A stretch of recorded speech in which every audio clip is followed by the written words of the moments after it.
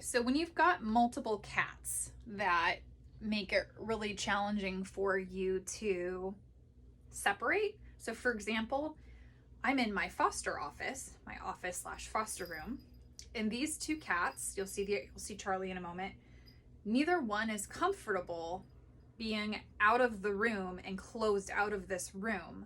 And so I need to respect that. But the other challenge is that it's generally best to work with cats one-on-one. And because I can't do that, I've got to distract Soul, who is the far more outgoing treat motivated cat. Otherwise, she's going to come and interfere with my progress working with Charlie. So what I'm gonna do is use this food puzzle, and it needs to be a food puzzle that will take the cat, can distract the cat for 5 to 10 minutes so that you can go ahead and work with the other cat. Before I work with Charlie, I'm gonna show you how I'm sitting. So I'm sitting sideways to him. Sometimes I have to position myself a little bit more somewhere between head on and sideways. I just don't want him to feel like I am body blocking him. And the other cool thing is I make sure that there's a path right here.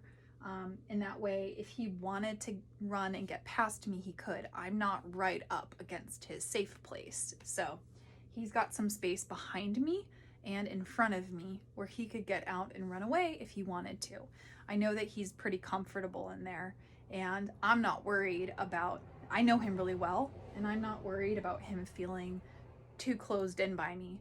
But hypothetically, if something scary were to happen, if a car backfired and he heard that through the window, or I don't know, some sort of weird freak, like a car collision, some sort of noisy occurrence that scared him, then he needs an exit route.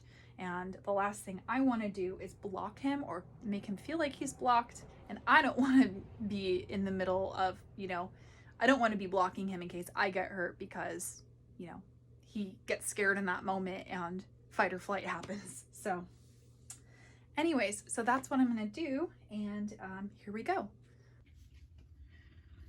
Okay, so I am taking my target stick and I'm going to present it to him low and see what he thinks, because he is a bit of a more nervous cat and a little bit unsure about things. I've went ahead and I put a little bit of Churu on the tip of the target stick, see that?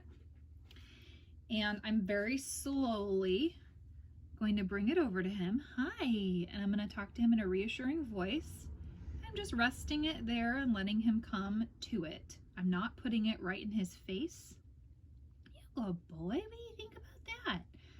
He can smell it from there and he can choose to investigate or not. Now I'm going to go ahead and withdraw it because he seemed really a little bit uncomfortable. See, his pupils are large and dilated. Good boy, that's okay. Give him some more reassurance. Good boy. Now he can see it here. So I'm gonna make sure that he sees it coming toward him, and I'm just gonna rest it right here nice and low again. You wanna check it out? Good boy, what do you think? It's okay, good boy. Not really interested. So I'm gonna withdraw again. Now what I could do is I could leave it here and let him lick it off whenever he's comfortable. For my purposes, that's not really gonna work well because at some point Soul would come over and lick it off for him. And so, and I don't wanna leave it in here resting like in his face because that's offensive to him, aversive, that's gonna be scary. And I don't wanna leave something there that might be perceived as scary. So Charlie, I know, likes to be pet and reassured. So I'm gonna go ahead and pet him. Oh, such a good boy. You're such a good boy. Yes, you are. You're such a good boy. Good boy. And then instead of bringing this really long stick toward him, I'm gonna go ahead and put this part in my hand because he's comfortable in my hands. And I'm gonna put it, there you go, good boy. See how that made a huge difference with his comfort level? It was like I'm just handing him a treat instead of this big, scary, long, pokey, potentially threatening stick coming at him. Good boy. Now I'm going to let him lick it until he wants to stop. Good boy. Good boy. And he's done. So I'm going to retract it or withdraw it. I'm going to do the same thing. I'm going to put a little bit of chewer on it. Good boy with that numbers. And I'm going to offer it to him and just let him lick it off. What a good boy you are. You're such a good boy. And I might do this for 10 times. I might need to do this for 20 times. But what I am going to do is this next time, since he had 2 successful licks where he was comfortable, I'm gonna take my hand, move it down a little bit. And see how I'm still staying nice and low, and I'm using my hand to rest on the base of the cat tower so that my hand is steady and so that the target ends up staying steady.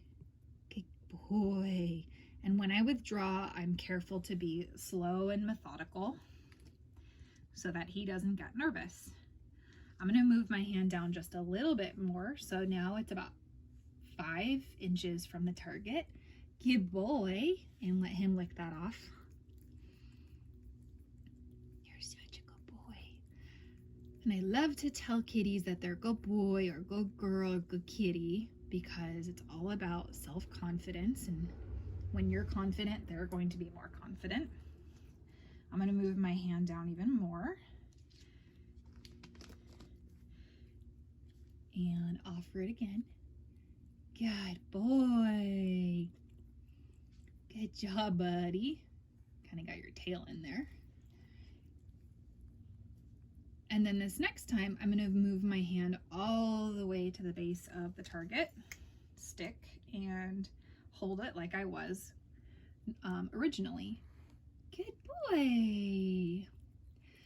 Now, just keep in mind that with more nervous cats who aren't sure what to think about this, the next time, even though I made really good progress this session and my hand is back down at the base, the next time, whether it be later today or tomorrow, that I go and do the same thing, I'm probably going to have to start my hand back toward the ball, you know, back up here, and then go quickly down to the base as long as he, you know, continues to be comfortable.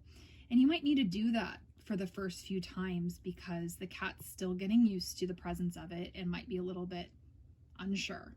But after several times, the cat should start to recognize, oh, this thing coming at me means that food is coming. So yeah.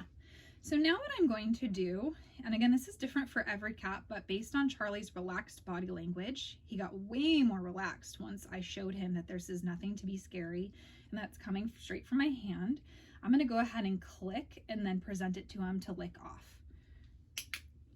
And I'm doing my click far enough away from him so that the noise is not scary or uncomfortable. We keep getting it on your tail, don't we, huh? Good boy. So my click is happening when the clicker is closer to my body, like in my lap, and I'm about 4 feet away from Charlie.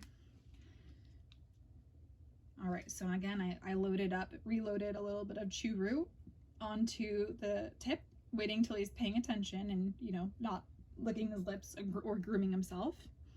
Click, and then go ahead and slowly, methodically present the target stick. Good boy. Good job. He's doing really, really, really, really well. Okay, so, and again, this may take you several times or several steps, but I'm feeling pretty confident with his progress, and this is awesome.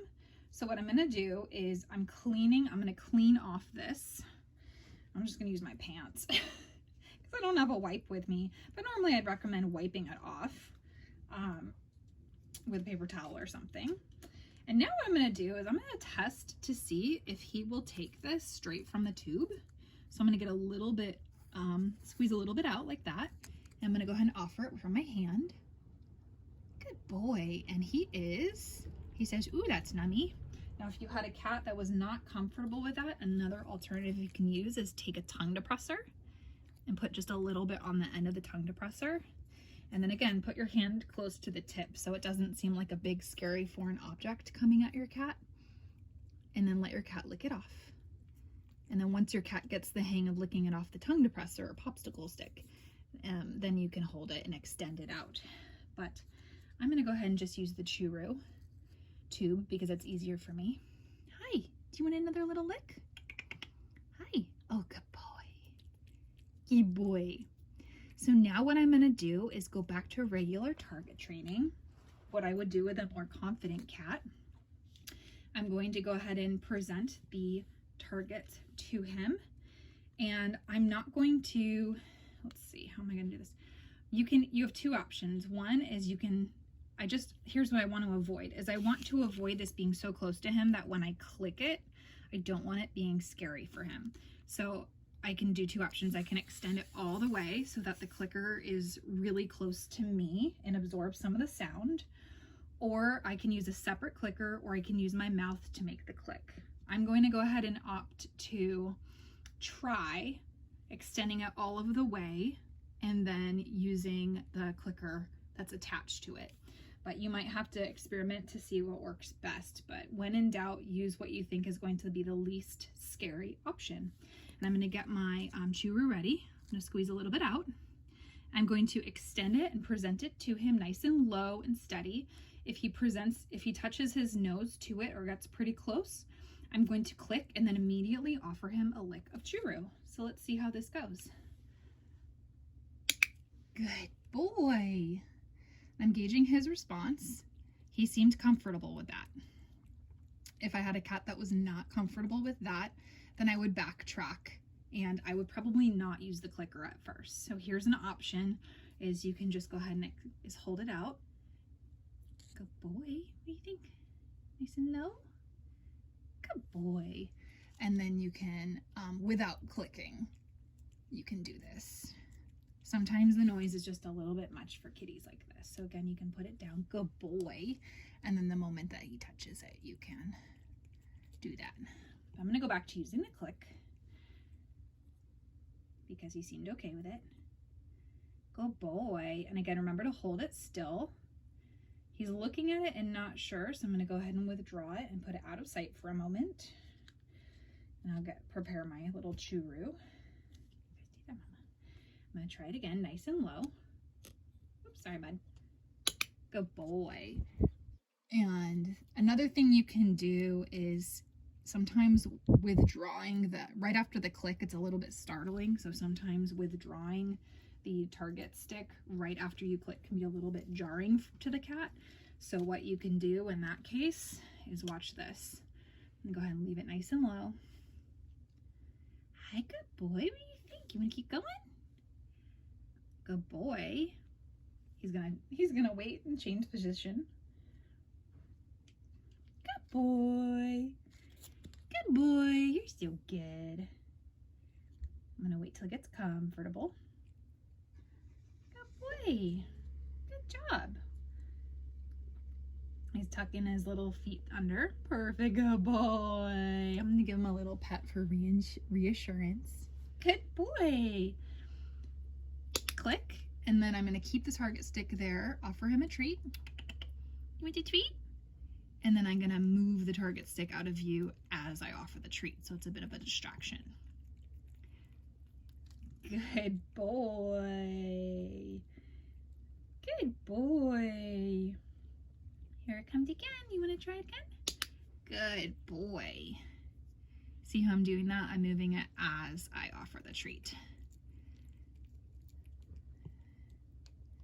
Good job. There you go. Good job. What a good boy. And then again, if you've got a cat who's really reinforced by petting, good job. Then you can go ahead and use petting in between and, get the cat to really love and trust you. Good boy. Good boy. Yeah. He's such a good boy. Pretty tail. Huh? He's such a good boy. Here you go.